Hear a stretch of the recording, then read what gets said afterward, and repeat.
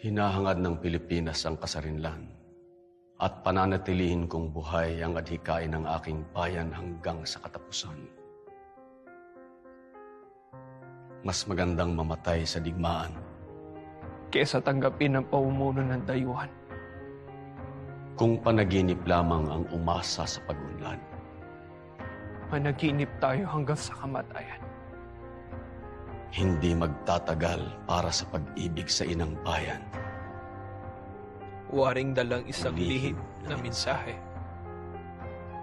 Dinagit tayo ng isang nakakubling kamay at itinapon na parang mga dahon sa gitna ng sigwa.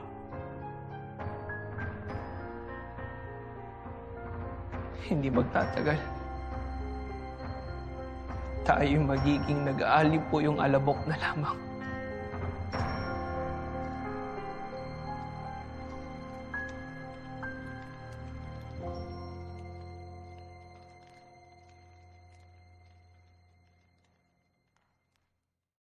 Ideological analysis on the film. Ideological analysis is based on the assumption that cultural artifacts, literature, film, television, and so forth are produced in specific historical contexts by and for specific social groups. It aims to understand culture as a form of social expression. The group picked the film Heneral Luna for ideological analysis in Marxist theory. It is a historical biopic film released in 2015 and directed by Gerald Tarog, starring John Arcilia as General Antonio Luna, one of the fiercest generals in his time, and also the Chief of Staff of the Armed Forces of the Philippines. Among his men and comrades, he is known for his arrogance. Gandang hapon, Kapitan. Nauubusan na ako ng Ingles. Arestuhin nyo na, tangina naman, oh. Tinatawag mo ba akong traidor? At duwag! Mon Confiado as President Emilio Aguinaldo, the first President of the Republic of the Philippines. Epi Quezon as Apolinario Mabini, the Philippines' first Prime Minister. Pinaglalaroan lang nila tayo. Iniisip mo pa rin ba si Andres Bonifacio?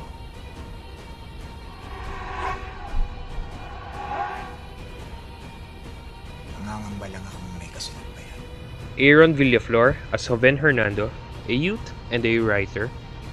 Joem Bascon and Archie Alemania as Paco Roman and Eduardo Rusca, respectively, which are two of Luna's best men. Baliw daw kayo, Heneral. Lawrence Martinez as General Tomas Moscardo, who always keep getting in fights with Luna. Kung makikinig sa hambog na yun, tingnan mo nga yabang ng Luna na yan. Kung makautos, akala mo hindi kapwa Heneral ang kausap eh. Noni Buencamino as Felipe Buencamino, because who else could have played it better? Paano napapagkatiwalaan ng taong katulad nito? Dati niyang kasabwat ang Espanya. Kung may ganito na tayo sa pangkat natin, di na natin kailangan ng kaaway. Leo Martinez as Pedro Paterno, head of the cabinet. Ang kaaway ng aking mga kaaway, tuturing kong kaibigan.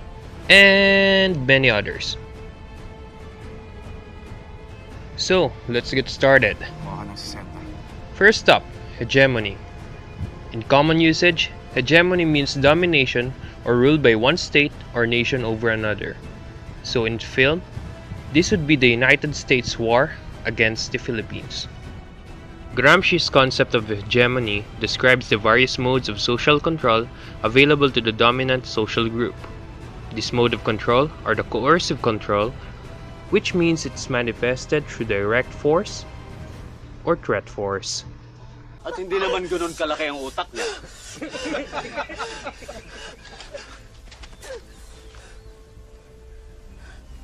Bumalik na nga tayo sa laban. Consensual control was seen in the film when the soldiers voluntarily assisted Heneral Luna in the middle of the war against the Americans. Huwag niyo pabayaan ang Heneral! Sugod! Sugod, mga kababayan! Coercive social control was also demonstrated by Heneral Luna through the way he disciplined his soldiers, particularly those who disobey his commands, as he threatens that they would be shot without trial. Based from Artikulo 1, Ang hindi sumunod sa utos ng punong Heneral ng Digmaan ay tatanggalan ng ranggo at ipapapatay ng walang pagliliti sa husgado militar.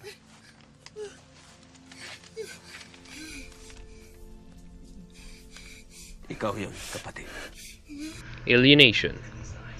Alienation, in Marxist theory, is a condition of workers in a capitalist economy, resulting from a lack of identity with the products of their labor and the sense of being controlled or exploited. We can say that in the film, the trench work done by the people is being alienated from them, though it is still debatable. Hindi naman po kami pwedeng tumanggi. Pag di daw po kami sumama sa kanya, papatin daw niya kaming lahat. Ang tawag nga po ng iba sa kanya, Heneral Luna. Next, false consciousness. False consciousness in Marxist theory is a way of thinking that prevents a person from perceiving the true nature of their economic or social situation. Hindi ko naman minumungkahi. Ibinabalita ko lang. In the film, it was portrayed when General Moscardo and Buencamino told President Aguinaldo about the rumors of Heneral Luna's dictatorship if he ever gets hold of more power. These rumors weren't told by the two for the betterment of the country, but the sole purpose was to bring Luna down. Sadly, Aguinaldo seemed to believe this rumor. Another situation would be when the cabinet members try to defend the United States, saying that they have good purpose and that it is a stepping stone for peace. But in reality, Luna was right all along. Sa halip na nandito tayo ngayon mga nakaupo, nandun sana tayo sa labas nangangalap ng armas. Humuhukay ng trinchera, tinuturuan ng ating mga kababayan para lumaban. Huwag kayong maniwala sa matatamis na salita ng mga Amerikano. Walang puwang ang bulag sa gabinete na ito. The arguments between the cabinet members also signifies class conflict. In a nutshell, the class conflict is the conflict between the bourgeoisie or the capitalist class and the proletariat or the working class. Conflicts between these classes results from the different interests of each class. In the film, it is still debatable, but we can say that Luna may be seen as the proletariat while Buencamino and Paterno can be seen as the bourgeoisie. Kaya, totoo din ang pangalan nyo. Luna! Lunatico! Speaking of the bourgeoisie, a bourgeois hero was featured in the film, which is none other than President Emilio Aguinaldo. A bourgeois hero is someone who serves the interests of the bourgeois. Conflicted by his false consciousness, as said before, though it is still controversial, Aguinaldo is still considered as the primary suspect for Luna's assassination, which ultimately served the interests of the bourgeois. But our friend says otherwise. Hindi. Walang sabuatan. Walang nagbanta. Si Luna ang pinakamahusay kong general.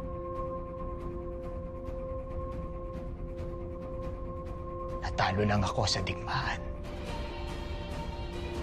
Natalo tayong lahat. And last would be the consumer society. As it was said, a society in which the buying and selling of goods and services is the most important social and economic activity. This was portrayed by a cabinet member. Kapag nakapaglaban kami, babagsak ang ekonomiya. Paano namin mapapakain ang aming mga pamilya? Negosyo o kalayaan, bayan o sarili, pumili ka! Consumerism may be seen in the whole movie as an effect of the colonialism of the Spaniards in the Philippines as well as the American presence. The consumption of goods and services are increasing due to the presence of different commodities from local and foreign. The ideology of consumerism and capitalism may be seen with the different commodities used by the cast such as the clothing, food, cigars, guns, and many others. Consumerism has evolved the people to choose from different commodities that may be based on their status. The leaders, rich and middle class, wear extravagant clothing and the food they eat are expensive. Unlike the poor people in the movie, their wardrobes are relatively simple and cheaper than the wealthy people of the community. In conclusion, the film Heneral Luna may be a good medium of the ideological analysis of Marxist theory. However, the film's depiction of some of these ideologies may not have been properly represented because some issues are still debatable. But overall, it is a good film and most of us can agree to that. Kung magiging isang bansa man tayo, kailangan natin ng isang radikal na pagbabago. Mga kapatid, mayroon tayong mas malaking kaaway kaysa mga Amerikano. Ang ating sarili.